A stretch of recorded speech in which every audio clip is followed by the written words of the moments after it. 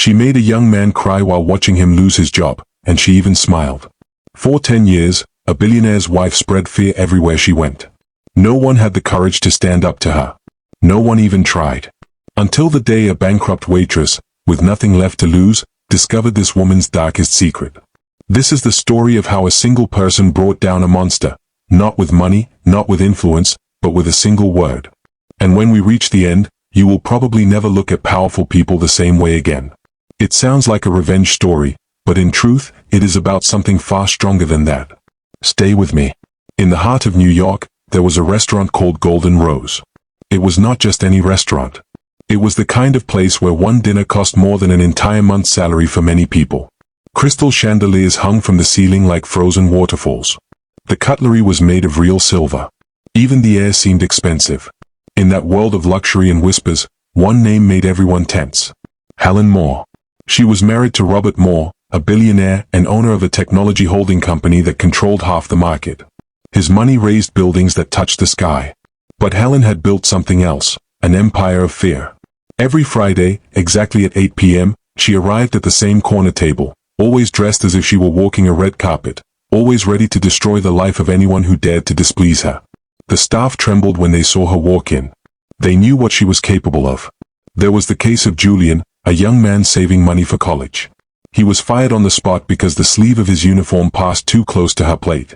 He did not even touch the food. Helen not only demanded that he be dismissed, she watched him remove his apron while crying, and according to those who were there, she actually smiled. That was the kind of person Helen Moore was. It was into this world that a woman named Claire Nolan stepped.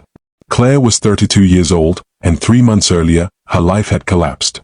She worked as a research assistant for one of the best investigative journalists in New York. She loved what she did. She was good at finding details no one else noticed, at connecting dots that seemed impossible to connect, until the newspaper shut down the investigative department. Cost cuts, they said. Within days, her dream was over. Now there was Claire, adjusting the stiff collar of a waitress uniform, trying to remember which side to serve the bread from, with the feeling that she had fallen from the sky and landed in a completely different universe. On her first day, an older waiter named Andrew pulled her aside. Andrew had worked at the Golden Rose for 15 years. His face carried every one of those years. "Do you see that corner over there?" he whispered, pointing to the isolated table. "That's where she sits." "Who?" Claire asked. "Helen Moore. Robert Moore's wife. The billionaire. You know who he is, right?" Claire nodded. Everyone knew who Robert Moore was. He lived in the headlines. His companies were called revolutionary in business magazines. "Exactly," Andrew continued, lowering his voice even more. "His wife is our worst nightmare. One small slip, one wrong detail, and she gets you fired. And it doesn't stop there. She makes sure you never work in a good restaurant again. I've seen that woman ruin people's lives just for fun." Claire's stomach tightened. "She's really that cruel?" she asked. Andrew let out a bitter laugh. "Last month, she said a waiter's presence was contaminating her food. He didn't even touch the plate, just stood nearby. She caused such a huge scene that he was fired immediately. They say he had to move back to the countryside because he couldn't find a job anywhere here in New York." That night, Claire saw Helen enter the restaurant for the first time. She walked like a queen heading to her throne. Her dress clearly cost more than Claire would earn in a year. Jewelry sparkled around her neck, cold, flawless. But what caught Claire's attention the most were her eyes. A cold, calculating stare. Helen's gaze swept across the room like searchlights. Claire saw people sink into their chairs as those eyes passed over them. Beside her walked her husband, Robert, tall, elegant, with a few gray strands at his temples. But he looked tired, worn down, like a man trapped inside a beautiful prison. Claire was assigned to work near their table, close enough to see and hear everything. She spent the first hour focused on her own customers, trying to learn the complicated choreography of high-end service, but she couldn't help hearing Helen's voice. It was low and controlled, yet sharp like a blade. She sent the wine back, claiming it tasted ordinary. She complained that the lighting made her husband look old. Each complaint was a test, a way of reminding everyone around her that she had power, and they did not. Then came the moment that changed everything. A young waiter named Philip was serving the table next to Helen's. As he leaned in to place a dish, the sleeve of his uniform hovered for a fraction of a second over the edge of her bread plate. It didn't touch anything, nothing spilled, but Helen recoiled as if he had tried to poison her. "Excuse me," she said. Just 2 words were enough to silence the entire restaurant. Philip froze, his face pale. "Yes, Mrs. Moore," he whispered. "Do you realize what you've just done? Your sleeve passed over my plate. Over my food. It's contaminated. I've completely lost my appetite." She pushed the untouched plate away with one finger, as if it were trash. The manager, Mr. Alvarez, appeared within seconds, apologizing, offering another dish, another meal, anything at all. Philip trembled like someone waiting for a death sentence. Claire watched the entire scene. This wasn't about hygiene. It was about power. A public execution meant to remind everyone of their place in Helen's world. As she held a water jug, watching that cruelty unfold, Claire felt something ignite in her chest. It was the same feeling she used to have as a researcher. The fire that always rose when she saw injustice, abuse, someone crushing others simply because they could. Andrew had called the restaurant the Dragon's Lair. He was right. But what he didn't know was that Claire Nolan had spent 3 years learning how to find cracks in a dragon's armor, and she suspected this dragon had many. If stories like this make you think about power, abuse, and courage, it's worth staying with us. Subscribe quietly, silently even, just so you don't miss the next stories. Now let's return to what happened to Claire. 1 week later, fate placed Claire directly in Helen's line of fire. It was Friday again. The restaurant was packed. Then the news came. The waiter assigned to Helen's table had called in sick. In the staff area, Mr. Alvarez looked like a general choosing someone for an impossible mission. His eyes landed on Claire. "Nolan," he called softly. "You stay calm under pressure. Tonight, you take table 8. Table 8. Helen's table. Claire heard the murmurs of pity from the other staff. Andrew caught her eye and shook his head in a silent warning, but she simply replied, "Yes, sir." She spent the next 15 minutes preparing as if for battle. She memorized every detail of Helen's preferences. Still water, no ice, with a paper-thin slice of lemon. Bread basket only with sourdough. Every tiny detail had to be perfect. When Helen arrived with Robert, Claire was ready. She approached the table calmly. "Good evening, sir, and my name is Claire, and I'll be serving you tonight." Helen's cold eyes scanned Claire from head to toe, judging, dismissing. She didn't return the greeting. "Still water with lemon," she said, already looking at the menu. Claire executed everything flawlessly. The water was served exactly as requested. The bread basket arrived just the way Helen demanded. For a moment, Claire thought she might survive the night. Then Helen ordered the onion soup. 10 minutes later, Claire placed the dish on the table. Steam rose from the bowl. The cheese was perfectly gratinated, golden on top. Claire had watched the chef finish the dish. Helen stared at the soup for a few seconds, picked up the spoon, dipped it in, raised it toward her lips, then stopped. Slowly, she lowered the spoon, her eyes narrowing. "Is there a problem in the kitchen today?" she asked in a tone loud enough to draw attention from nearby tables. Claire's heart raced. "No, Mrs. Moore. The soup meets the house standard. Is something wrong?" "It's cold," Helen announced confidently, so several people could hear. "Completely cold. I expect hot soup." "That's not difficult to understand." Claire knew the soup wasn't cold. She had seen the steam. But this wasn't about temperature. It was a test. Helen wanted to see her hesitate, beg, humiliate herself.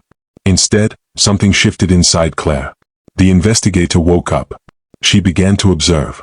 Helen didn't look truly offended. She looked expectant. Waiting for fear, for desperation, for submission.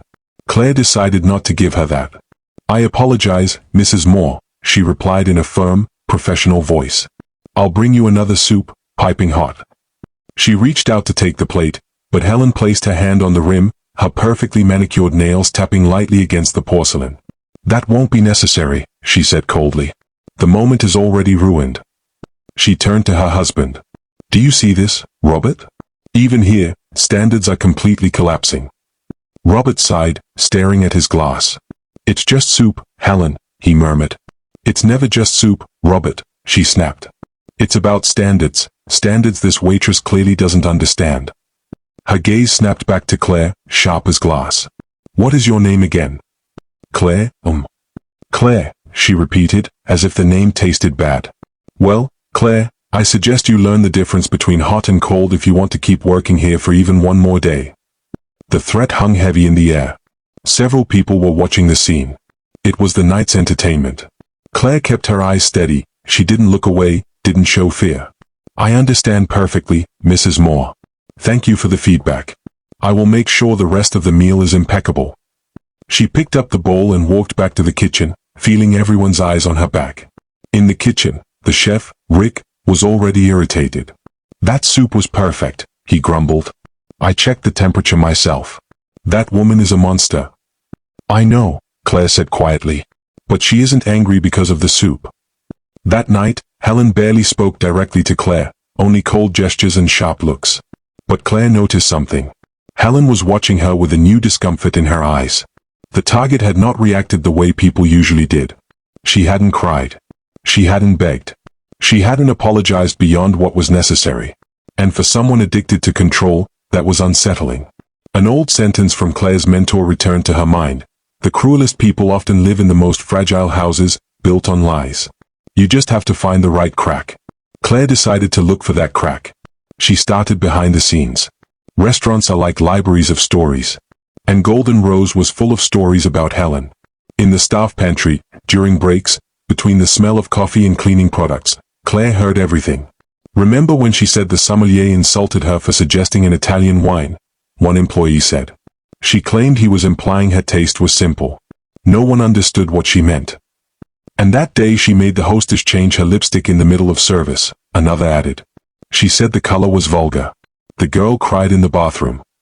Claire collected it all. A pattern appeared. Helen was obsessed with appearances. Everything about her felt like a performance.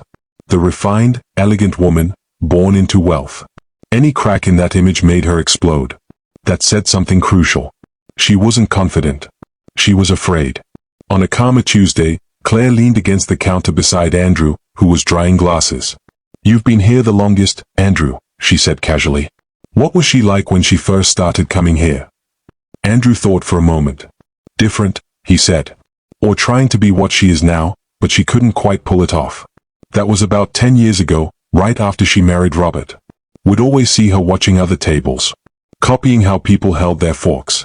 How they pronounced French words. Like she was studying for a role. He lowered his voice even more. And there's something else. Before she married Robert, no one had ever heard of her. I've worked in other expensive restaurants. I recognize rich families from a distance. But Helen Moore appeared out of nowhere when she got engaged, like she didn't exist before. A woman with no past. That echoed in Claire's mind.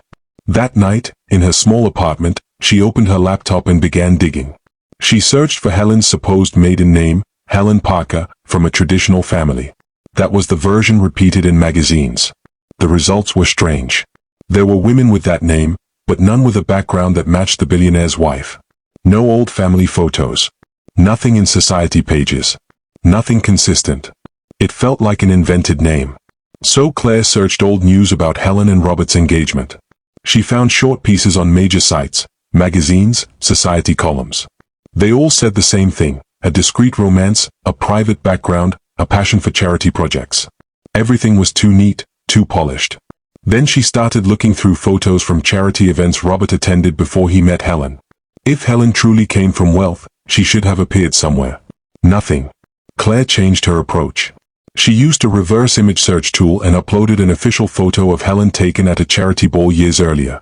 At first, the results were repetitive, the same photo on different websites. But several pages later, something different appeared. An old site, nearly offline, from a small-town modeling agency from the early 2000s. Among many photos, one face made Claire freeze. A younger woman, maybe 22. Over-bleached blonde hair. Heavy makeup. But the face shape was unmistakable. The sharp jawline. The high cheekbones. The hard eyes. It was Helen. But the name under the photo wasn't Helen. It was Leah Brooks. Claire's heart sped up. She opened a new search. Leah Brooks, model, small town. The results appeared one after another. Small local newspaper items, notes about pageants, and then the big discovery. An old fan forum for a 2004 reality show called Dreams on the Track. The show followed young women who worked as promotional models at car races, dramatic, loud, desperate for fame. One of the most talked about contestants, known for fights and arguments, was a girl named Leah Brooks. Claire clicked a video a fan had uploaded. The quality was poor, but it was enough. There was a raw, younger version of Helen, tight jeans, a racing team jacket, screaming at another contestant over borrowed makeup. Her way of speaking had nothing to do with today's refined voice. It was a strong small-town accent, unpolished. Claire leaned back in her chair, her heart pounding. The elegant billionaire's wife, respected in high society, was actually the former reality show contestant Leah Brooks, who had vanished and built a new identity. But Claire needed more. On the forum, she found a user who seemed to know that era well. Claire sent a message saying she was a researcher writing about forgotten reality shows. 2 days later, a reply came. The woman's name was Mia, a former schoolmate of Leah. They arranged a call. Leah Brooks, Mia said on the phone. I haven't heard that name in years. She always wanted to leave our town. She hated everything here. She used to spend hours practicing a fancy voice in the mirror. She studied fashion magazines like textbooks. And after the show? Claire asked. The reality show didn't help her at all, Mia explained. She left labeled as loud, dramatic, exactly what she didn't want. She disappeared. Then years later, I saw a photo in a magazine, married to a billionaire, under another name, Helen Parker Moore. She got what she wanted. She erased Leah Brooks. Claire thanked her, hung up, and sat in silence, staring at her screen. Now everything made sense. Helen's cruelty. The humiliation of the staff. The obsession with appearances.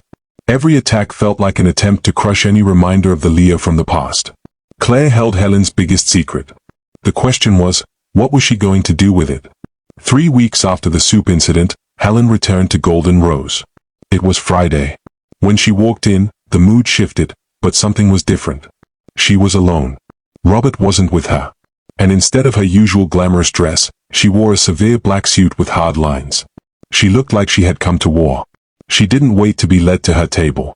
She walked straight to the corner, her eyes scanning the room until they found Claire. She lifted one finger, calling her the way someone summons a subordinate. The manager tried to intervene, but Claire made a small gesture to show it was fine. She knew this moment was inevitable. She smoothed her apron, took a deep breath, and walked to the table. Good evening, Mrs. Moore, she said. Helen didn't respond. She only pointed to the chair across from her. Sit down, Claire. Claire hesitated. I'm on duty, Sit, Helen repeated, low and threatening. Or tomorrow morning I buy this restaurant and turn it into a parking lot. It's a simple choice. Claire sat down, upright, holding Helen's gaze. The room watched in silence. I don't know what game you think you're playing, Helen began, leaning forward. I don't know how you found that name, or what you plan to do with it, but let me make something very clear. She paused, her voice turning even colder. I had your entire life investigated. I know your journalism career ended without glory. I know about your debts. I know about your tiny apartment that you can barely afford. You are nobody. A frozen smile appeared on her face. When I'm done with you, you won't get a job even cleaning toilets. I will call every place you try to work. I'll say you're a thief, a blackmailer, unstable. I'll sue you until you can't lift your head. I'll destroy every piece of your life. Do you understand? Claire listened without breaking eye contact. She knew this was the last attack of someone who could feel power slipping through her fingers. Then Claire leaned slightly forward and spoke in a firm, quiet voice. On one thing, you're right. I am a researcher, and I'm very good at what I do. I know you are not Helen Parker from any traditional family. I know you are Leah Brooks, former contestant on Dreams on the Track. Helen's face hardened. Lies, she muttered. Claire continued. I know about the show. I know the racing circuit, the recordings, the final episode. I know about the meltdown you had during the track girl contest. I know about the cheap tiara. I know the screaming, the crying, the footage that never aired, but exists. And I know that footage can still be found. At those words, Helen went pale. Her breathing shortened. Claire kept her voice steady. Here's what's going to happen now. You are going to leave this restaurant. You will not come back. You will not chase, threaten, or humiliate anyone on this team again. You will leave us in peace. She paused. If I hear even one comment that you caused trouble for anyone here, I will find those recordings. I will send them to every newspaper, every gossip site, and every person in your social circle. Your husband might ignore drama over soup, but I want to see what he thinks when he watches Helen Moore being introduced as Leah Brooks, shown on a screen fighting over a plastic tiara. The words landed like precise blows. For a few seconds, Helen just stared at Claire. Fear in her eyes turned into hatred, but there was no more control. No way out. Slowly, with trembling hands, Helen stood up. She said nothing. She didn't look at anyone. She crossed the dining room in silence and walked out of Golden Rose. The doors closed behind her, and it felt like an invisible weight had been lifted from the air. For a moment, the entire room was completely silent. Then, from the kitchen, a timid clap began, growing louder and louder. The staff who had suffered for years were finally free. The manager approached Claire, still in disbelief. "I don't even know what to say," he murmured. Claire let out the breath she'd been holding, stood up, and picked up the water jug. "Table 6 needs a refill," she said with a small smile. Across the room, Andrew gave her a slow, respectful nod. Claire had faced the dragon, and won. Not with shouting. Not with rage. But with the silent power of truth. Because in the end, people who intimidate others, no matter how much money or power they have, are often just scared people hiding behind masks. And when someone finally pulls that mask off, what's left isn't a monster. It's a fragile human being. And the illusion ends. The news of what Claire did spread through the city's restaurant world. Not the details, no one knew exactly what had been said, but the fact, someone had finally stood up to Helen Moore. "Did you hear what happened at Golden Rose?" Servers whispered in kitchens and pantries. A waitress put Mrs. Moore in her place. The story grew the way stories grow, but deep down it carried a simple truth. Courage matters. Standing up to injustice matters. Refusing to be crushed matters. Helen never appeared in that area again. She disappeared into her mansion like a ghost trapped in a golden cage, haunted by a past she could no longer control. Some people felt sorry for her. Claire did not. "She has everything," Claire told Andrew at the end of a shift. "Money, influence, opportunities, and she chose to use it to hurt people who couldn't defend themselves. That's not someone who deserves pity. That's someone who needed to be stopped." Andrew agreed. "What you did was brave, Claire. It was the right thing." But Claire didn't feel like a hero. She felt like she had simply done what needed to be done. She didn't stay a waitress for long. On the night of the confrontation, there had been an attentive customer in the dining room, a businessman named Edward Lane, the owner of a private investigation company. He watched how Claire carried herself. A week later, he asked her to meet for coffee. "I watched how you handled all of that," he said. "The way you think, how you stay calm under pressure, how you investigate, those are rare qualities. I could use someone like that on my team." He placed a business card on the table. "You want to hire me as an investigator?" Claire asked. "I want to hire you as my lead investigator," Edward replied. "The work you did to uncover Mrs. Moore's past is exactly what my clients need. Someone who can find the truth, no matter how deeply it's hidden." Claire looked at the card for a few seconds, then smiled for real. And when she began. 3 months later, she was back to what she loved. Investigating, uncovering truths, helping people who needed answers. But she never forgot Golden Rose, and she never forgot the lesson she learned there. Because what keeps abusive people standing, whether in a schoolyard or in a luxury restaurant, is always the same thing. Silence. They count on other people's fear. They count on the "it's better not to get involved." But when one person stands up, just one, says no, and refuses fear, that is enough to bring down the entire facade. If this story has made you think of someone who uses power to crush others, take a moment to save this video, leave a quiet like, and follow the channel. It helps this story reach someone who may need to hear exactly this today. 6 months after leaving the restaurant, Claire received an unexpected call. It was Robert. "Ms. Nolan," he said in a tired voice. "I called to thank you." "Thank me for what?" Claire asked, genuinely surprised. "For having the courage to do what I should have done many years ago," he replied. "I knew what she did. I knew she was cruel. But I convinced myself it wasn't my problem, that she had always been like that. I kept making excuses." There was a pause. "We're getting divorced," he said. "I should have made that decision a long time ago, but I was a coward. You showed me what real courage is." After the call ended, Claire sat in silence for a while. She hadn't planned to save anyone. She hadn't planned to destroy any marriage. She simply refused to stay quiet while someone abused their power. Sometimes, that is all it takes to change everything. So if this story leaves you with one message, it's this. You don't have to be rich to be strong. You don't have to be famous to be brave. You don't have to be perfect to stand up for what is right. Sometimes the most powerful thing a person can do is simply refuse fear, refused to let the abuser win, refused to stay silent in the face of injustice.